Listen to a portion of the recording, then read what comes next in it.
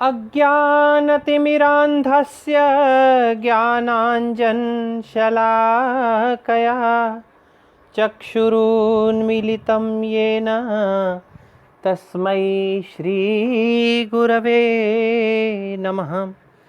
तस्मै श्रीगुरवे नमः।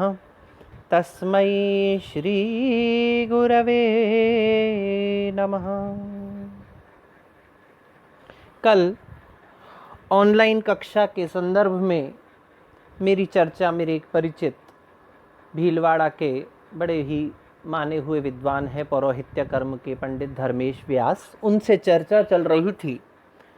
तब उन्होंने एक प्रश्न किया कि इस भयंकर कोरोना काल में जहाँ जीवन के अस्तित्व पर भी संकट है, जिस अवस्था में न कल का पता है न पल का पता है, क्या ऐसी विषम स्थिति में अध्ययन अध्यापन प्रारंभ करवाना चाहिए?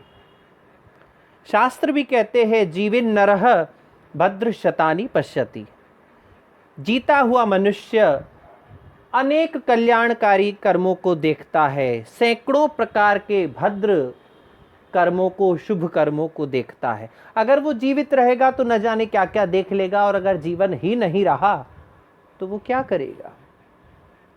मुझे लग रहा है इस प्रकार का संशय आप सभी के मन में भी विद्यमान होगा कि इस कोरोना के विषम परिस्थिति में क्या हमें अध्ययन अध्यापन प्रारंभ करना चाहिए।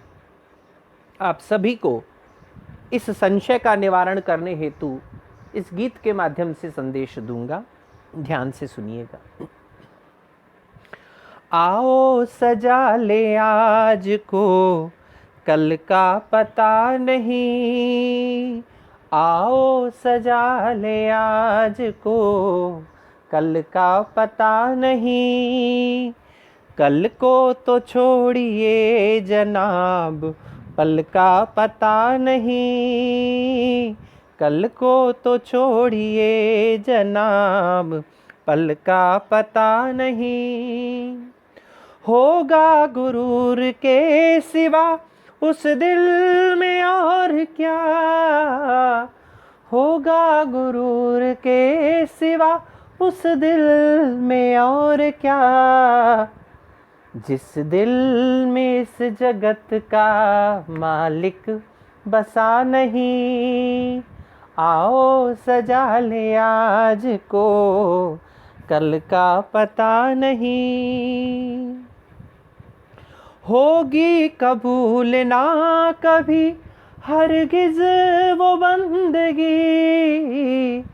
होगी कबूल ना कभी हरगिज़ वो बंदगी। ज़िक्रे खुदा तो है मगर खौफे खुदा नहीं।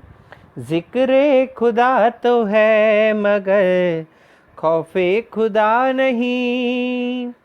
आओ सजा ले आज को, कल का पता नहीं। कल को तो छोड़िए जनाब, पल का पता नहीं। आने न दीजिए कभी इस दिल में शक शुबा। आने न दीजिए कभी इस दिल में शक शुबा।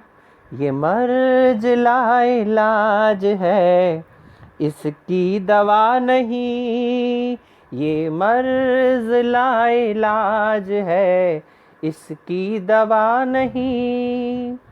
आओ सजा ले आज को, कल का पता नहीं। आने से पहले मौत के खुद को सजाइए। आने से पहले मौत के खुद को सजाइए। टूटा जो फूल डाल से फिर वो लगा नहीं। आओ सजा ले आज को, कल का पता नहीं। कल को तो छोड़िए जनाब, पल का पता नहीं।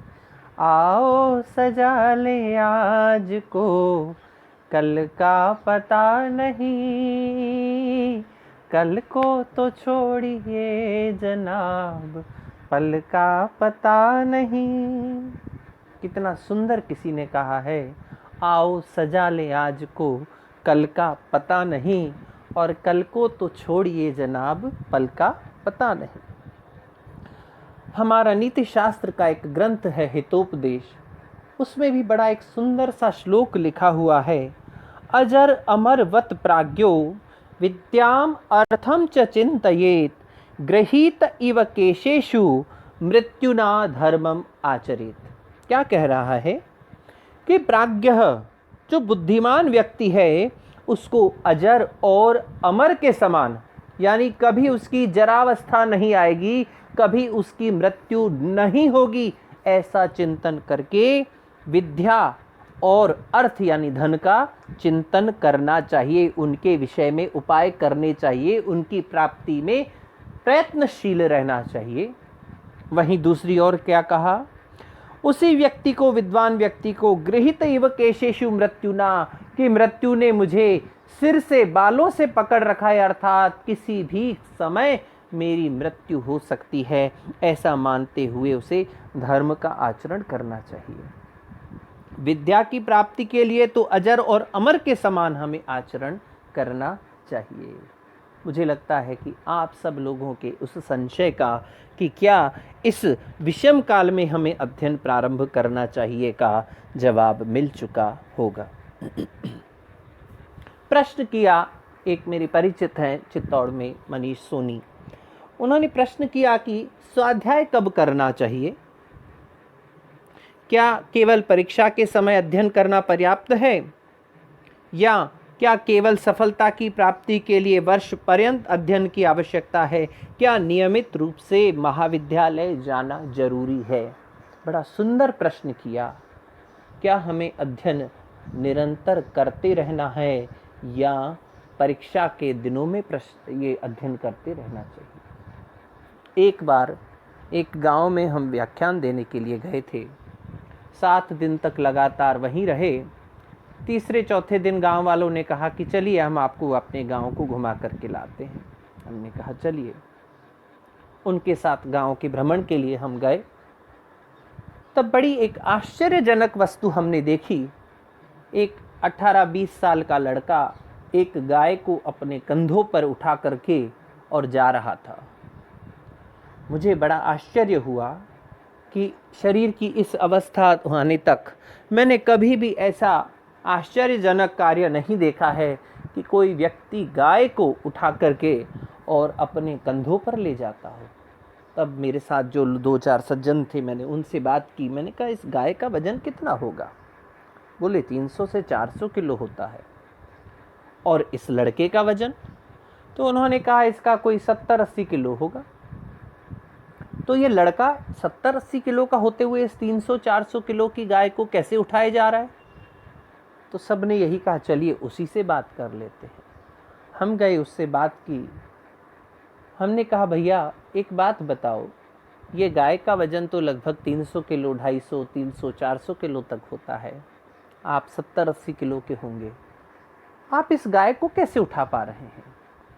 बोले बात ऐसी है भैया, जब इस गाय के बछड़े का जन्म हुआ था, यह जब गाय बछड़ा के रूप में थी, तब इसका वजन मात्र 10-12 किलो था।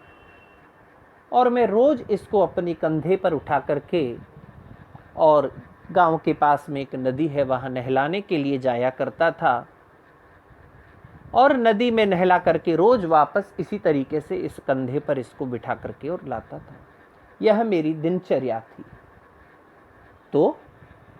तो ये कि इस बछड़े का वजन प्रतिदिन के हिसाब से कभी आधा किलो, कभी 400 ग्राम, कभी 500 ग्राम, कभी 700 ग्राम बढ़ता रहा, तो वह बोझ आधा किलो मेरे शरीर पर बढ़ता रहा, तो मुझे कभी भी इसको उठाने में समस्या नहीं हुई।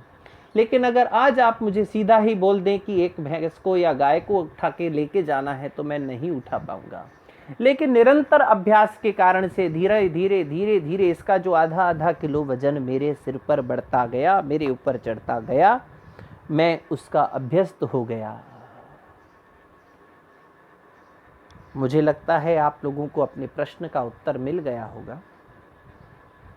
निश्चित रूप से यह कथा हुई हो ऐसा जरूरी नहीं है, यह दृष्टांत है आपको समझाने के लिए कि निरंतर हमारे साथ अध्ययन अध्यापन की प्रक्रिया में एक या एकाधिक प्रकरण अगर हम लोग रोज पढ़ते हैं और उस प्रकरण का अगर निरंतर स्वाध्याय हम करते रहें, उसका अध्ययन करते रहें, तो परीक्षा के दिनों में वह हमें भारी नहीं पड़ता है। लेकिन अगर हम उस स्वाध्याय को निरंतर न करके और परीक्षा के दिनों में करना प्रारंभ करते हैं तो हमें वह बड़ी परेशानी उत्पन्न करता है। इसीलिए शास्त्रों में भी कहा है, वेदों में उपनिषद में कहा गया है, स्वाध्याय प्रवचनाभ्याम न प्रमदितव्यम। स्वाध्याय और प्रवचनों से प्रमाद नहीं करना चाहिए।